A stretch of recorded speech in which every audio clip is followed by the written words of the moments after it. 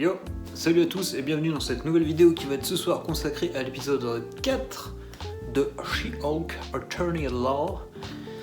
Alors après 3 premiers épisodes un peu compliqués, on s'attaque aujourd'hui au 4e épisode. Donc on était resté sur Jen qui se faisait agresser par Cat Tip, qui essayait de lui piquer un truc dans le bras, mais ils ont pas réussi parce qu'elle était trop costaud, peau impénétrable et tout ça. Et donc qu'est-ce qu'on va avoir dans cet épisode? Parce que du coup c'est ça qui m'avait dit pourquoi pas continuer pour voir ce que ça mène par la suite. Et bah du coup on a comme d'habitude 2 sous-intrigues. On a la première avec un espèce de magicien entraîné chez Wong qui va essayer de faire de la magie pour ses shows à Los Angeles, mais qui va faire des conneries et donc du coup Wong va s'en mêler et va vouloir lui interdire de faire de la magie via Jen Walters. Et Jen n'a tellement rien à raconter que la seconde sous-intrigue ça va être remplir son profil Tinder. Et donc forcément on va avoir des dates, donc des rendez-vous, parce que date c'est insupportable, d'avoir des rendez-vous avec plusieurs hommes, et vous vous doutez bien de ce qui va se passer. Donc inintéressant au possible, le coup du magicien qui d'ailleurs est joué par il s'appelle Donny Blaze dans l'épisode, et le mec qui le joue c'est le mec qui jouait Sean dans la saison 7 de 24, je crois, ouais c'est lui, ouais. Et du coup dans 24 je le trouvais un peu genre monolithique, sans expression, un débit de parole très très chiant. Mais alors là c'est complètement l'inverse, le mec il est exubérant et il en fait des caisses et tout. Donc en fait c'est un bien meilleur acteur que ce que je croyais, donc ça m'a fait plaisir parce que moi je le connais dans 24 et bon voilà, il était pas foufou, mais en fait je me rends compte qu'il joue super bien. Il a quand même, il est vraiment aux deux extrêmes dans les deux séries. Le personnage est complètement con et son écriture est à chier, mais lui il joue bien, donc c'est déjà un bon point pour lui. Et donc du coup, encore une fois, on a Wong qui se ramène dans l'épisode. Alors, une question que j'ai postée en plus sur un truc Facebook il y a pas longtemps, et du coup ça rejoint ce que je vais demander là. Qui peut m'expliquer, parce que Jen dit ouais je sais, tout le monde aime Wong, alors vous êtes content de le revoir. Qui aime Wong? Qui aime ce personnage? Sincèrement, qu'est-ce qui fait que les gens l'aiment? Dans les Doctor Strange, il sert à rien. Dans les 2 films Avengers où je l'ai vu, il sert à rien. Il est pas drôle. Il fait rien de spécial. Là, dans les 2 épisodes de She-Hulk que je viens de voir, pareil, nul, 0. Il est pas marrant, il est un peu malaisant même des fois. Qu'est-ce qui fait que tout le monde l'aime apparemment? Alors est-ce que c'est tout le monde l'aime pour hyper le truc, ou est-ce que vraiment les gens l'aiment bien ce personnage? Parce que je comprends pas en fait. Qu'est-ce qu'il a fait de si incroyable? Quel est son trait de personnalité qui fait que les gens l'aiment bien? Parce que moi je trouve qu'il est complètement insipide comme personnage. Donc voilà, expliquez-moi si jamais vous savez pourquoi les gens aiment Wong, ou si vous-même vous aimez Wong, expliquez-moi s'il vous plaît, parce que je ne comprends pas. Voilà. Donc, qu'est-ce qu'il y a à raconter sur cette partie de l'épisode? Je viens de le voir, je sais pas quoi dire. Ce que j'aime bien, c'est qu'on a Jane Walters qui a quand même une to-do list, donc une liste de toutes choses à faire par ordre d'importance. Et dans sa to-do list, concernant son métier, tout ça machin, c'est une avocate, elle a la figure de proue d'un nouveau département super-héroïque. Elle vient de gérer l'affaire Blonsky, donc qui est très médiatisée. Et dans sa to-do list, elle a remplir mon profil Tinder. Est-ce que t'as pas des choses plus importantes à gérer? Apparemment non. Voilà. On a aussi, encore une fois, les effets spéciaux qui sont très très moyens. Là encore, ça va. Mais ça va parce que ça bouge pas. Dès qu'il y a du flou, dès qu'il y a du mouvement, il y a un gros problème. Toute la partie où elle est en rendez-vous, ça va à peu près. Mais en fait, dès qu'elle est en tailleur, dès qu'elle est au bureau, c'est dégueulasse. Je sais pas ce qui se passe, mais je sais pas. Du coup, comme elle est en rendez-vous, ils l'ont voulu la faire un peu plus belle. Je pense qu'ils ont concentré un peu leurs efforts là-dessus, mais alors le reste, catastrophique. On a plusieurs interactions avec des petites bestioles. Les bestioles sont plus ou moins bien faites. Par contre, le coup de la colombe pendant le tour de magie et l'œuf, dégueulasse. Mais ça se voit que c'est de la 3D, mais à 2 km.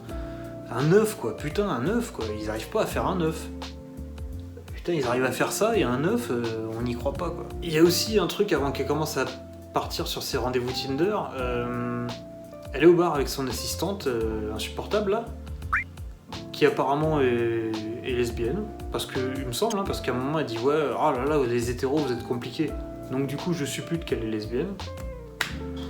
Ouais, ok, d'accord, bon bah écoute, pourquoi pas.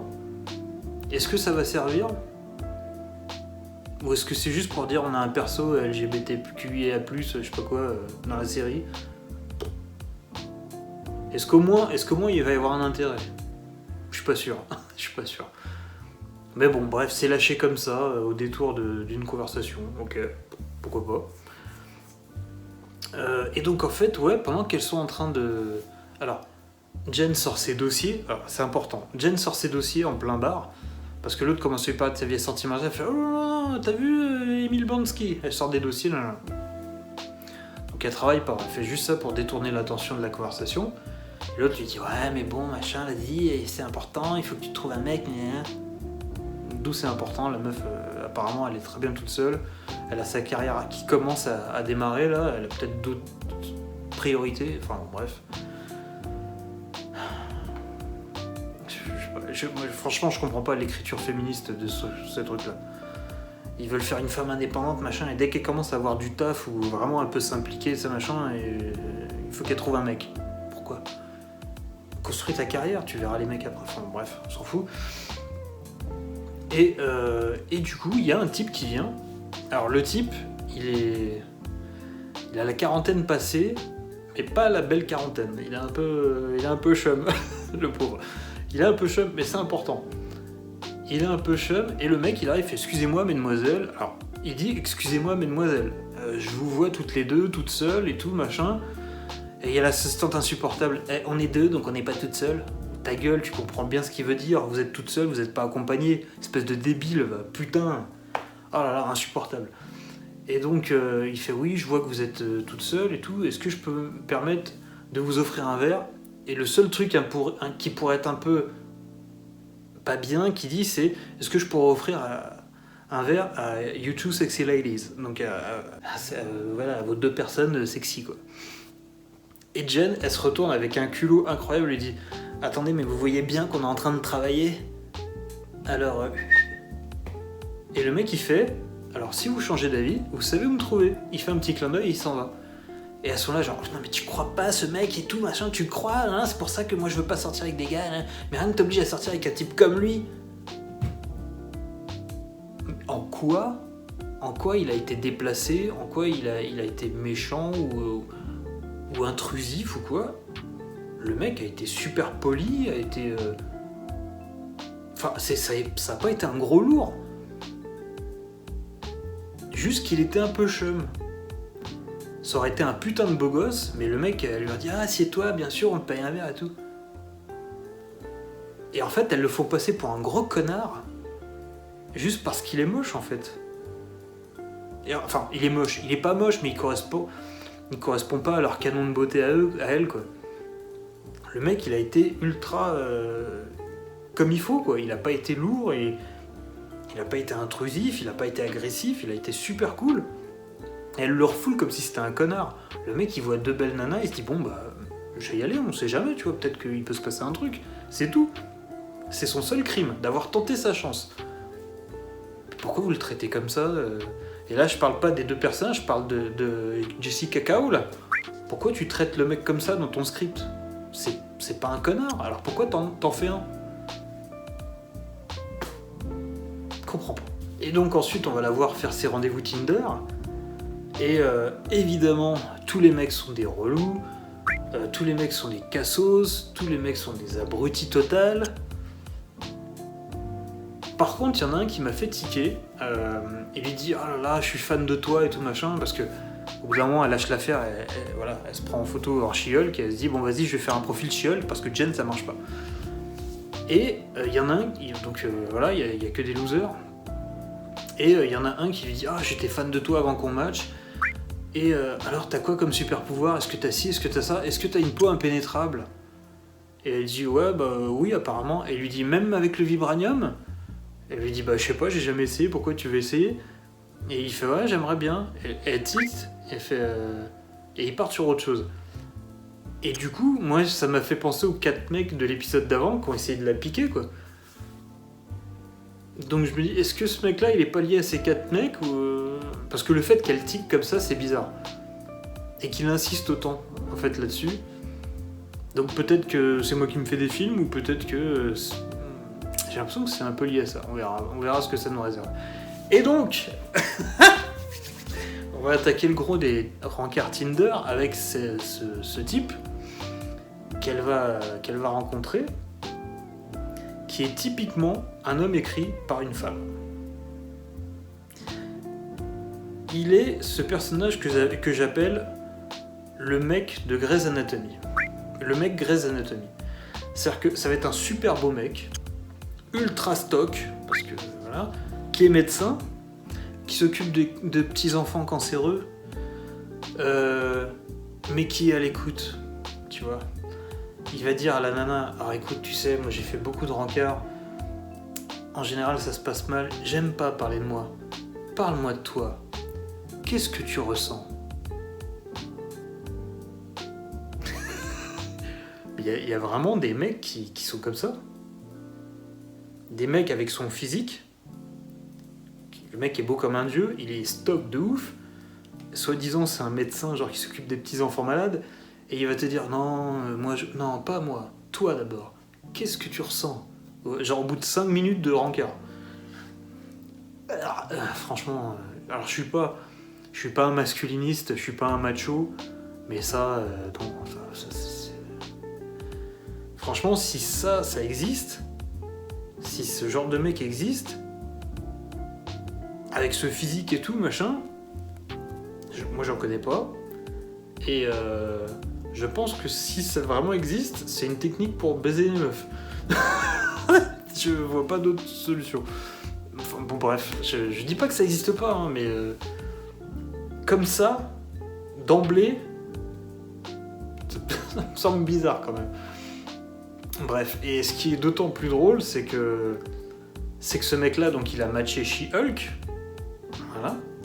Donc il s'attend à avoir une grande meuf baraque verte, et que une fois qu'ils ont couché ensemble, il se réveille et il tombe sur Jen, détransformée. Et je dis mais vous êtes qui? Elle dit bah c'est moi quand je suis détransformée. Donc la petite nana de 1m60, voilà. Et le mec il fait ah ok, bon bah je vais partir. Et l'autre elle est là genre... Et en gros le type c'est un connard, parce qu'il s'intéresse à l'apparence de She-Hulk. Donc on en a parlé dans l'épisode 2 je crois. C'est son apparence... En gros c'est sa version maquillée. Au naturel elle l'intéresse pas. Quand elle était maquillée, elle était plus belle. Là il a accepté de sortir avec elle et de coucher avec. Et au réveil il la voit genre oh mon dieu je m'en vais. Je comprends l'analogie, mais je trouve qu'elle est pas pertinente. Je pense que oui, ça arrive évidemment que les nanas bien apprêtées, quand le mec se réveille le lendemain et qu'elles sont toutes démaquillées, décoiffées, machin, qu'il y ait des mecs qui les trouvent pas à leur goût au final et qu'ils ont décuvé, peut-être que ouais, sûrement, voilà, je pense que ça arrive malheureusement pour les deux, et que le mec se tire. Mais là on n'est pas sur un maquillage, on est sur carrément une meuf d'1m60 toute maigre, parce qu'elle est toute mince. Tatiana Maslany. On passe quand même d'une nana toute mince d'1m60 à un colosse de 2 mètres, musclé, qui est capable quand même de soulever le mec qui doit faire 120 kilos, quoi. Donc là, on n'est plus juste sur de l'apparence, on est sur un physique, on est sur complètement autre chose, on est sur des goûts différents, on est sur des physiques différents. C'est-à-dire que ça marche pas. C'est-à-dire que si n'importe quel mec qui pouvait changer d'apparence se transforme en Henry Cavill, il sert une nana, le lendemain il redevient lambda, je pense que la nana serait déçue et qu'elle se tirerait aussi. c'est normal. Donc là, ils te font passer le type pour un connard, alors qu'en fait, il a juste une réaction normale. Lui, il voulait She-Hulk, il se réveille, il a quelqu'un d'autre. Bah, c'est exactement pareil que l'autre avec Megan Thee Stallion. Ouais, il voulait se taper Megan Thee Stallion, au final, c'est une vieille elfe. Donc là, on n'a pas dit... bah oui, mais là, on n'a pas dit la vieille elfe, c'est une connasse. On a accusé le mec d'être con. Donc pourquoi ça marcherait pas dans ce sens-là ? Je pose la question. Et donc voilà, c'est... l'épisode n'a tellement rien à raconter sur Jen qu'on la voit sur Tinder. C'est nul à chier. C'est nul à chier. Et donc j'attendais le stinger de fin d'épisode, le cliffhanger de fin d'épisode pour savoir... Peut-être que cette fois-ci encore, ils vont réussir à me donner envie de voir l'autre. Eh ben non. Parce que ça se termine sur un huissier qui vient la voir et qui lui dit Titania, donc la meuf avec qui elle s'est battue à la fin de l'épisode 1, vous attaque pour utiliser le nom She-Hulk. Ok. Ça se termine là-dessus. Ah oui, et il y a un personnage qui est insupportable, d'une pétasse, il n'y a pas d'autre mot, c'est une pétasse, qui parle comme ça, mais vraiment, j'exagère pas, elle parle comme ça pendant tout l'épisode, et c'est une meuf qui participe au show de magie au début avec Donny Blaze, qui l'envoie dans une autre dimension, et en fait qui va servir à... dans le procès contre lui quand Wong va l'attaquer pour utilisation des arts mystiques. Et elle va témoigner en disant qu'elle a été envoyée dans une autre dimension et que ça a mis sa vie en danger. Et en fait, quand ils la font apparaître avec son truc là, Wong là, machin là, ces cercles pourris là, on est en plein jour, on est en plein procès, donc on doit être en pleine journée, genre 10h du mat minimum, tu vois. Et quand il la fait apparaître, la meuf elle est en soirée. Donc elle est pas dans un autre pays, hein, c'est une nana qui habite dans la même ville. Donc je veux bien qu'il y ait des afters. Bon.